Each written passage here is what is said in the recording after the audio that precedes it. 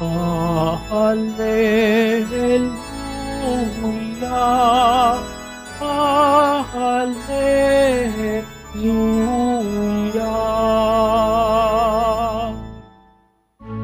Sabi ng Diyos ay pakinggan ang anak niyang minamahal, na lubhang pinalulugdan.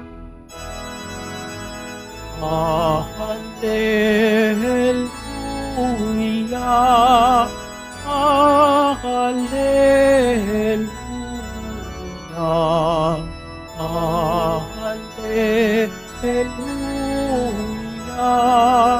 Hallelujah.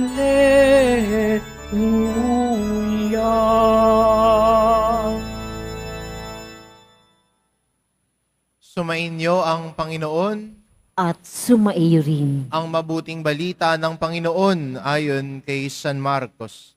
Papuri sa iyo, Panginoon. Noong panahon iyon, umakyat si Jesus sa isang mataas na bundok. Wala siyang isinama kundi sina Pedro, Santiago at Juan. Samantalang sila'y naroon, nakita nilang nagbagong anyo si Jesus. Nagniningning ang kanyang kasuotan at naging puting-puti. Ano pat walang sinumang makapagpapaputi ng gayon. At nakita ng tatlong alagad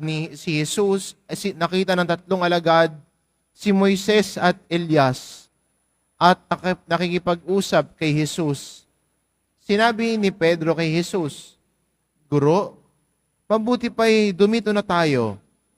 Gagawa po kami ng 3 kubol, isa sa inyo, isa kay Moises at isa kay Elias."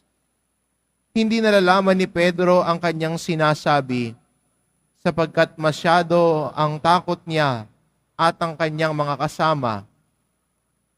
At nililiman sila ng isang alapaap, at mula rito'y may tinig na nagsabi, "Ito ang minamahal kong anak, pakinggan ninyo siya." Pagdaka tumingin ang mga alagad sa paligid nila, at nakitang wala na silang kasama roon, kundi si Jesus. Habang bumababa sila sa bundok, ay mahigpit na itinagubilin sa kanila ni Jesus, "Huwag ninyong sasabihin kanino man ang inyong nakita, hanggat hindi muling nabubuhay ang anak ng tao." Sinunod nila ang tagubiling ito, ngunit sila-sila'y nagtanungan kung ano ang kahulugan ng sinabi niyang muling pagkabuhay. Ang mabuting balita ng Panginoon. Pinupuri ka namin, Panginoong Heso Kristo. Magsiupo muna tayong lahat.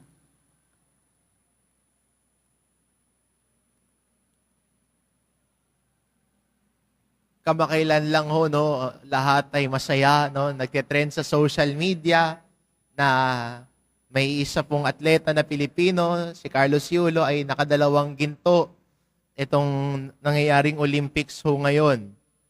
Pero ang madalas hindi natin nakikita ay yung paghihirap na pinagdaraanan ng bawat atleta. Tuwan-tuwa tayo pag nananalo. Yung iba, siguro, gusto na rin pasukin ng Olympics. Gusto na rin mag-gymnast. Pero hindi natin nakikita yung ilang taon ng pagsasanay, ilang taon na paghihirap, ilang mga failures na kinaharap.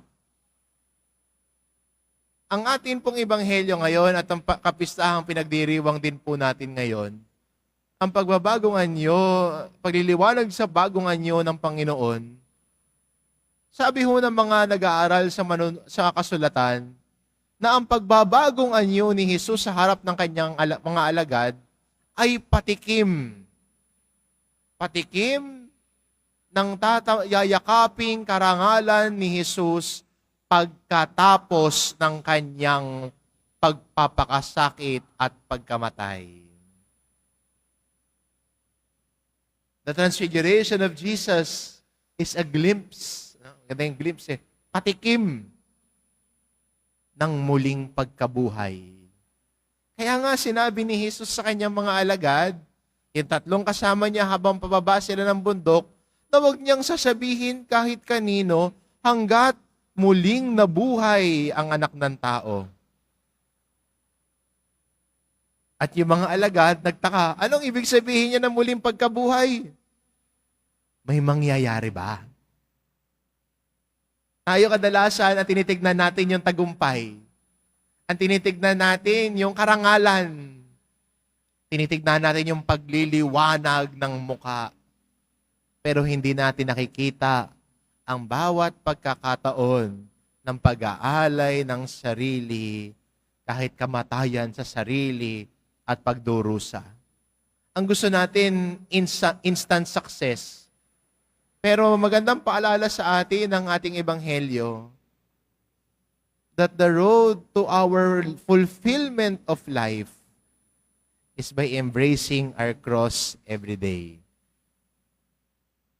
Ang daan natin patungo sa kaganapan ng buhay, ang daan din natin tungo sa ating sariling pagbabagong anyo at pagliliwanag ng ating buhay, ay sa araw-araw din nating pagyakap at bitbit ng krus ng pag-aalay. Kahit na minsan ang pag-aalay ay may kalakip na hirap at pagdusa, pero sa taong nag-aalay at nagmamahal, sabit na lang yung pagdudusa. Sabit na lang yung hirap. Ang importante ay yung pagbibigay ng sarili. Kaya maganda rin sa atin bilang Kristiyano at magandang imbitasyon sa atin na kung paano si Jesus tinamasa ang karangalan ng muling pagkabuhay, sana tayo din bilang Kristiyano naisin din ito. Naisin na sumunod kay Jesus.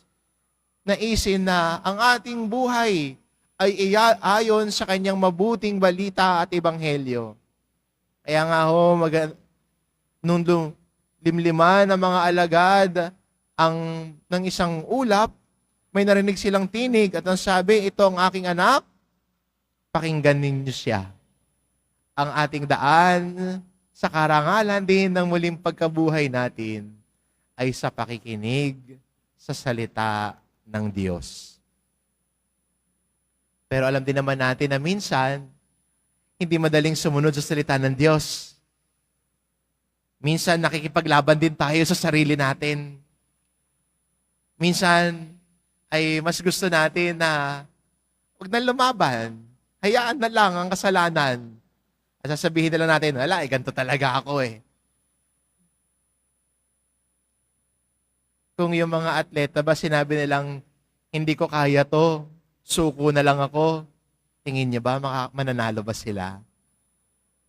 Sa atin din, pamumuhay bilang Kristiyano, kung gusto talaga nating sumunod kay Jesus, it's also our day-to-day training in God's Word.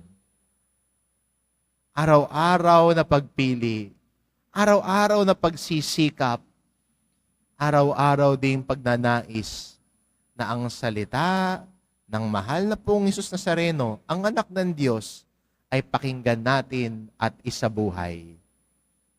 Kaya magandang baon natin sa kapistahang ito na tayo rin ay inaanyayahan ng Diyos tungo sa pagbabagong anyo at pagbabago ng buhay, na tayo rin ay makiisa sa muling pagkabuhay ni Jesus.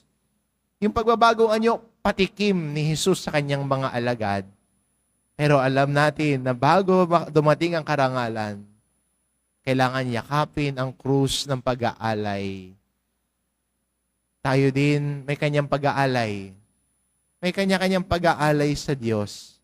At sana ang bawat pag-aalay din natin ay magdulot sa atin sa mas matinding pakikinig sa salita ng Diyos, paghuhubog ng buhay, pagbabago ng buhay. Amen.